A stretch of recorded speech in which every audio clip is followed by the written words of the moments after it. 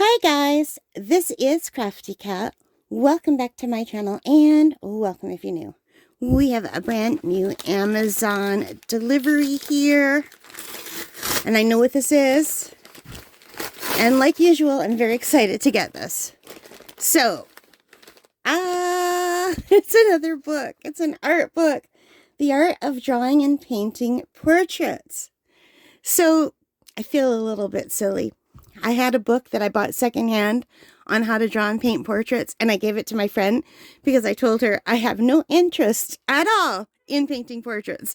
I just want to do animals and landscape, flowers. I don't want to do portraits. I have no interest at all. Yeah. That's before I started binge watching a show from England where artists paint different celebrities. It's called the Portrait Artist of the Year.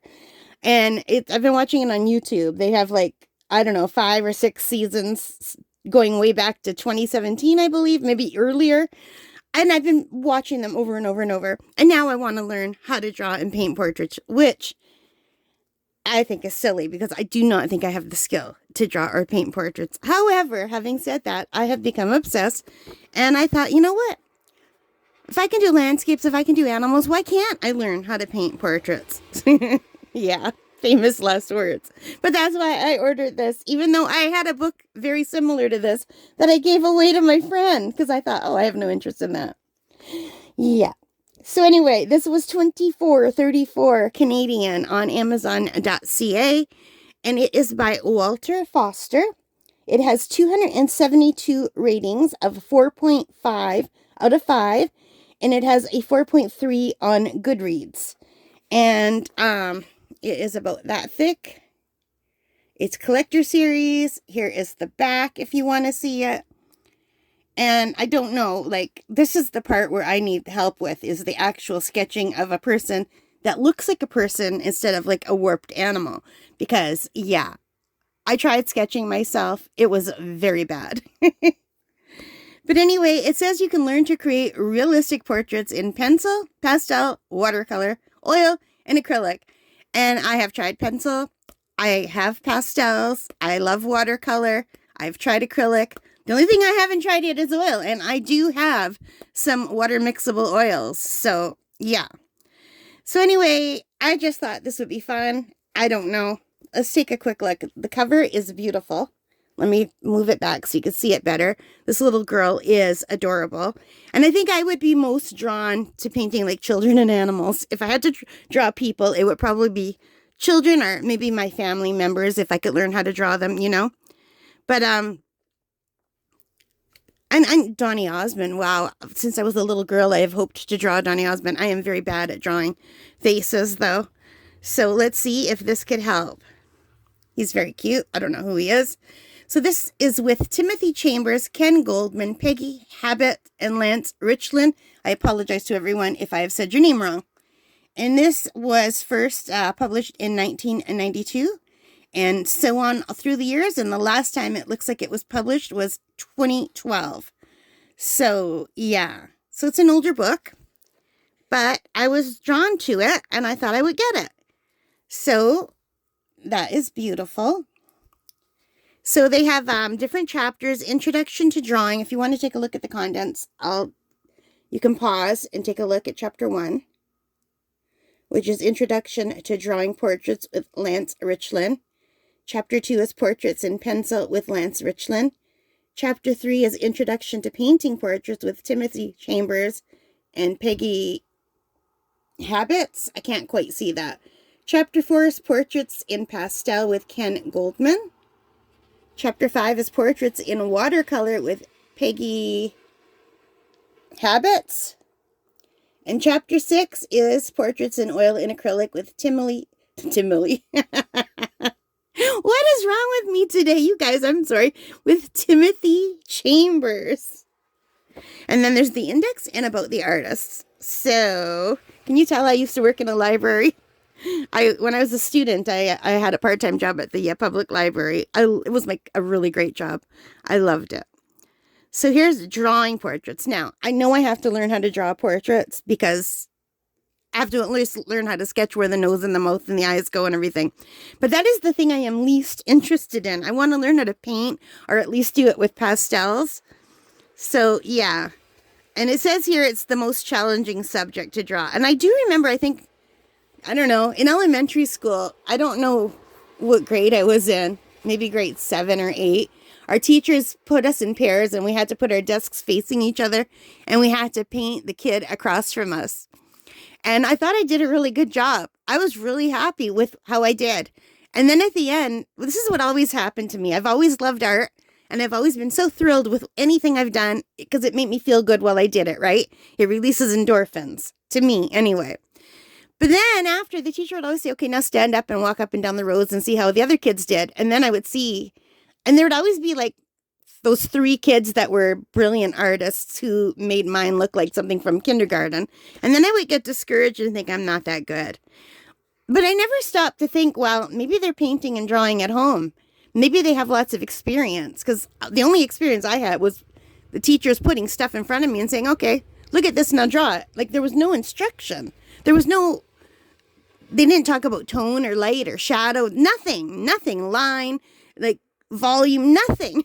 There was just nothing. It was just, here, have this art material. Look at this picture, draw it. Yeah, okay.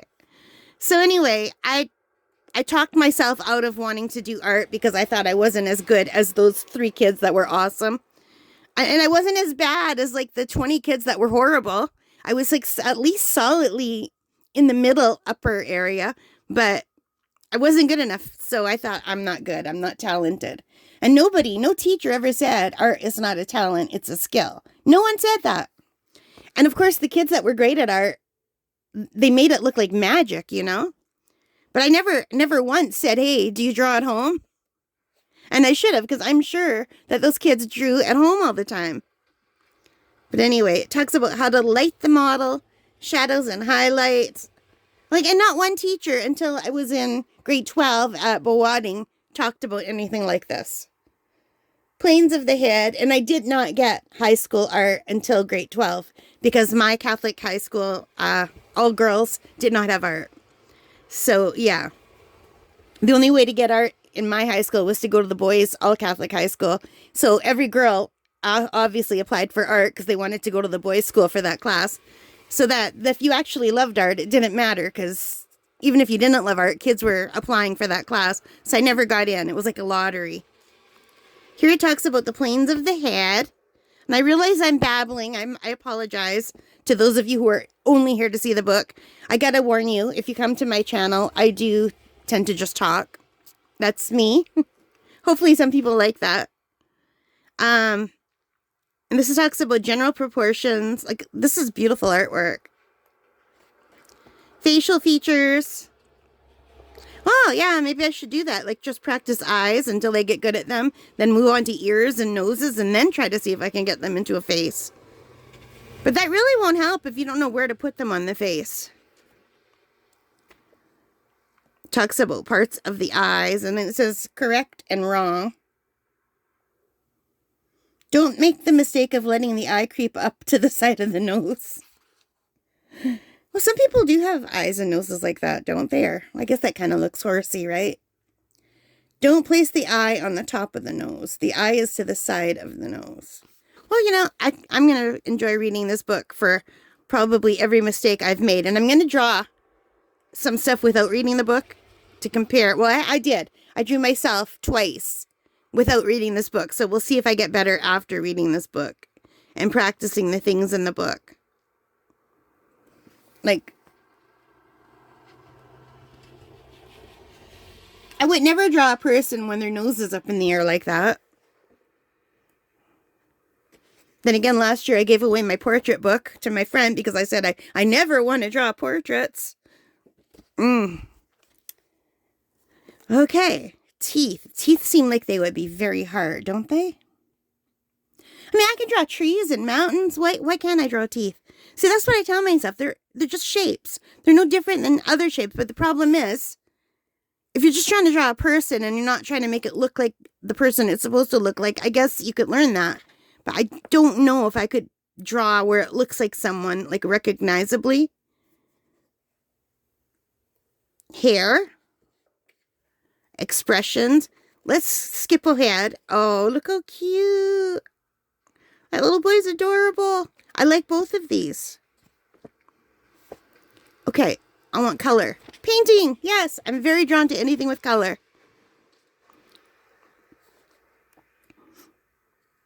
Painting basics. Now, do I have to do the drawing before the painting? Is that why it came first? Probably, right? Oh, man.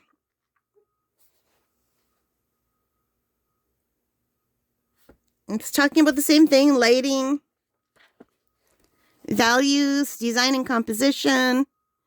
Avoid tangents. You know, I need that glue. I need that on a little sticky note glued to my camera when I'm recording these. Avoid tangents. Yes. What do they mean here? A tangent is when two or more shapes touch in a way that is visually bothersome. I like that. Look how cute these kids are. Yeah, I can't believe I gave that book away. That was a really nice book that I found at the secondhand store, and it was much thicker than this. It was all about portraits, and my friend doesn't even draw anymore because her hand bothers her. I should ask for the book back. It's terrible. I can't do that. I should have kept that book, though. And here is Portraits in Pastel. Now, do you think they're talking about oil pastel or chalk pastel? Because I recently bought and tried chalk pastel. That video's not on my channel.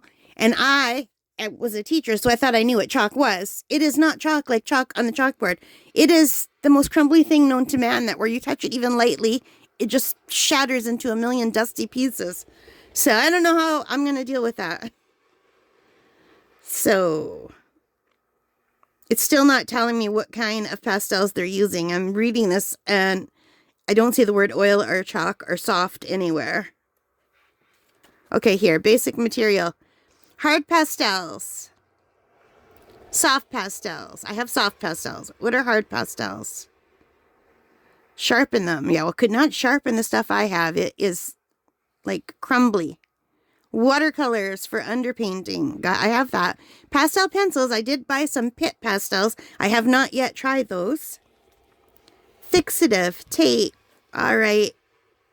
Make a preset flesh tone palette. Prepare your painting surface. Pastel strokes on 4 surfaces. I like that. This is on watercolor paper. Well, that's convenient because I have a lot of watercolor paper. Like, these are all very nice, but for some reason I was drawn to that. Maybe because he's a handsome guy. I don't know. They're all very nice, though. Aw, look how cute they are. So cute. I love kids. I haven't had the luxury of being around kids for a very long time because my nieces and nephew are all grown up. They're in their 20s now.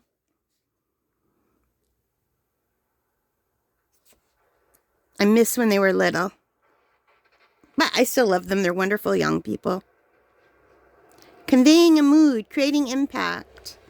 Yeah, I don't need any of these. What I need is how to make it look like the person you're trying to draw.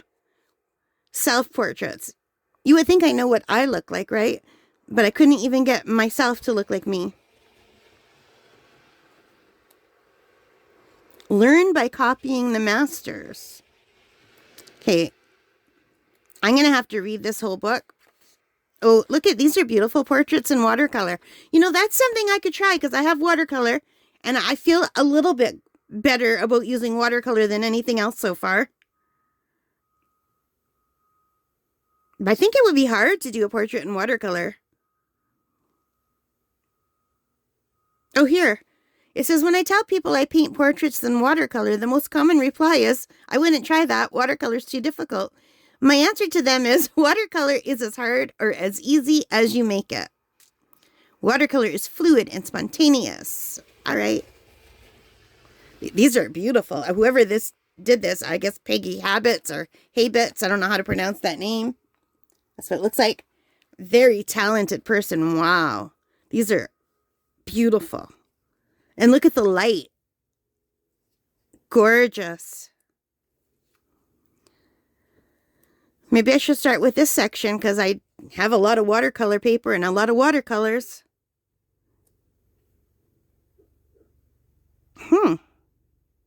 See, here's the part I need help with. That sketching part. Yeah, I guess maybe I just need a book on sketching. Well, I have a book on sketching. I can try to do that.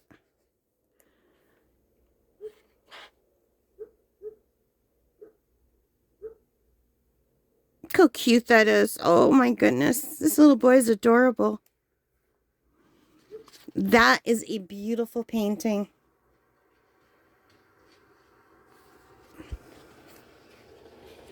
These are gorgeous. Look at this little cover girl here. And this painting is probably why I bought this book, to tell you the truth, because I was so drawn to that. I'm quite happy it's a watercolor painting. And I think my best friend had that same shirt when she was a little girl. I wonder if this is a picture, like an older picture. Working with bold patterns. Wow, she wasn't kidding about bold. That I would have a hard time doing that. My eye doesn't know where to look when there's too much information. Like when I'm even drawing, if I'm drawing this weird backward E, then when I go back, my eye will go like somewhere else. It won't go back to there because I get too distracted. Do you know what I mean? Well, if anything else, I'm enjoying the paintings in here. That's beautiful. I would love to be able to paint my mom and dad.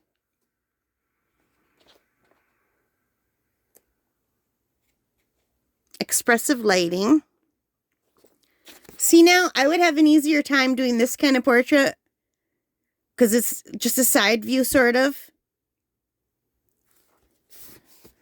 I could probably do something like that, except for the ear. Ears give me a hard time. Maybe not. You know, I bet you that's a much trickier painting than it looks like. But like getting two eyes to match is very hard. And here's oil and acrylic. And when I typically think of portraits, I think of oil paintings. And I've never painted with oils in my whole life. I've done maybe 4 or 5 acrylic paintings, but they've all been landscapes except for one, which was a close-up of a rose. So that's kind of like a still life, I guess. These are beautiful. But I do have acrylics and I do have oils. I've never used the oils.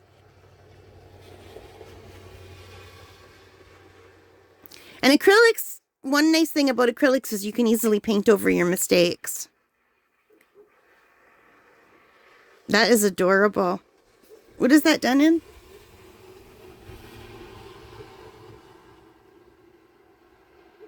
I can't tell if that's acrylic or oil. But look how beautiful. Like, look at the detail on the little face. And look at all the toys in the background. That is a beautiful painting. Oh, look how cute. Carter. And yeah, people who can paint with these spatula-like things, I can't even remember what they're called. How do they do that? I can't even ice a cake with these kind of things. Like, look at the eyes. Look how beautiful that is. He's a beautiful little boy. My brother looked like that when he was little. All blonde and angelic. He was not angelic. And here talks about striking a pose and official and group portraits. Unique portraits. Oh, these are nice. Oh, posthumous. That's sad.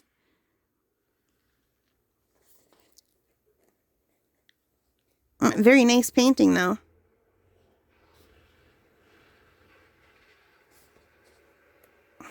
And that's it. So that is it for the art of drawing and painting portraits. Again, that's $24.34 on Amazon.ca. So if you are American, it's probably a lot cheaper on Amazon.com. Everything is. So But if you're Canadian, 24.34 Canadian. And there's always different prices, so sometimes things go on sale. So just check at different times of day. If you're looking for a sale, I suggest waking up at 3 in the morning and then checking. Every sale I've ever found seems to be 3 in the morning. But that is it for this book. I hope you liked it. I apologize for rambling on and on, but that's just me. All right, you guys, I hope you like my chatty way of looking at stuff. And I'll let you know how I like this after I use it and read it. All right, thank you so much for joining me. I hope you liked this. If you did, please give me a big thumbs up. Hit that like button, hit the subscribe, hit the notification bell, all of those good things that help me as a channel. And most importantly of all, take care, stay safe, and happy crafting, happy shopping, happy painting, happy whatever it is you enjoy doing. Bye-bye, guys.